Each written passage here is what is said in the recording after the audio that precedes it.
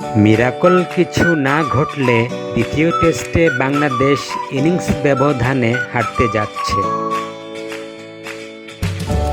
তৃতীয় দিন শেষে বাংলাদেশ এখনও পিছিয়ে আছে 96 রানে, হাতে আছে মাত্র 4 উইকেট।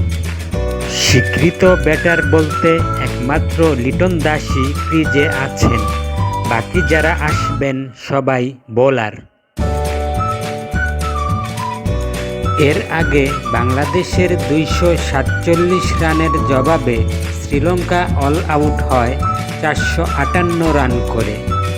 শ্রীলঙ্কার পক্ষে সর্বোচ্চ 158 রান করেন পাথুম নিসাঙ্কা। বাংলাদেশের হয়ে তাইজুল ইসলাম 131 রানে নেন 5 উইকেট। দ্বিতীয় ইনিংসেও বাংলাদেশি ব্যাটারদের দুরবস্থা জারি ছিল।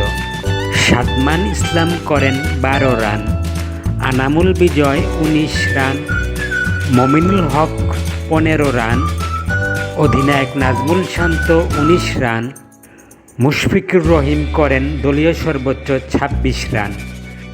শেষ ব্যাটার হিসেবে দিনের শেষ বলে আউট হওয়ার আগে মিরাজ করেন 11 রান। লিটন দাস অপরাজিত আছেন 13 রানে।